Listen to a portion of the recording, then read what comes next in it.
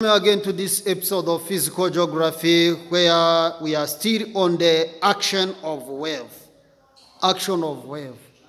So in the previous episode, we looked at different definition of terms relating to the wave, but today we are going to talk about the types of waves and processes of wave erosion.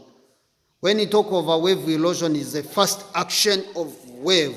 So we have three main action of wave: wave erosion, wave transportation, and even wave deposition.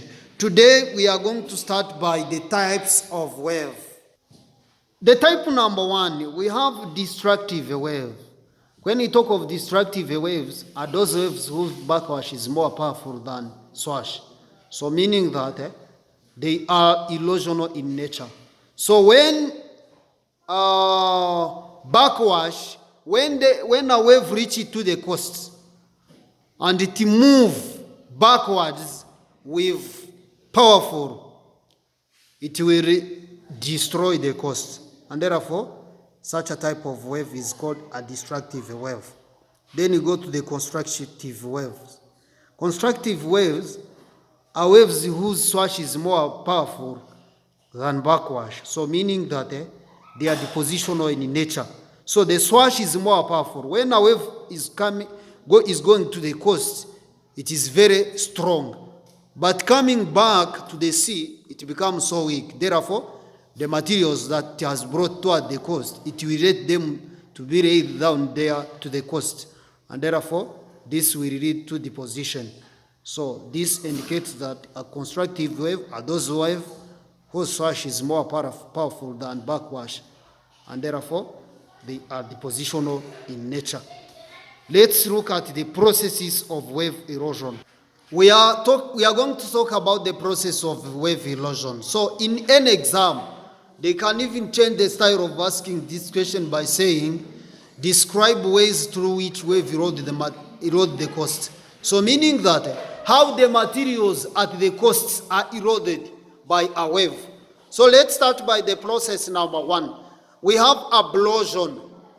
Ablution, this is a process by which where roads or materials transported by wave destroy the coastline. So meaning that if a wave is transporting different pieces of wood, and those pieces of wood can even destroy the coast, and therefore such a process is referred to as ablution.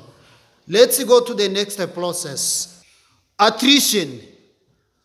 Attrition, the loads transported by wave collides and hit each other, hence destroying one another. So meaning that when a wave is transporting the materials, those materials can collide and hit one another. And those which are soft will be broken through these processes of attrition. We go to the solution. A solution here, the soluble rods are dissolved in water. The soluble rods are dissolved in water. And finally, we have hydraulic action. So, hydraulic action, here, the air enters into the crack on the coastline and compress the cracks, and this leads to wave erosion. So, meaning that, so the rocks at the coast or at a cliff of the coast have been weathered, or weathering has taken place at a cliff.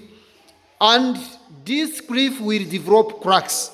And when the water is moving toward the coast, it will beat or hit the coast, and the air enter into the cracks. One into the cracks. And therefore, when the air enter into the cracks, it will compress the cracks.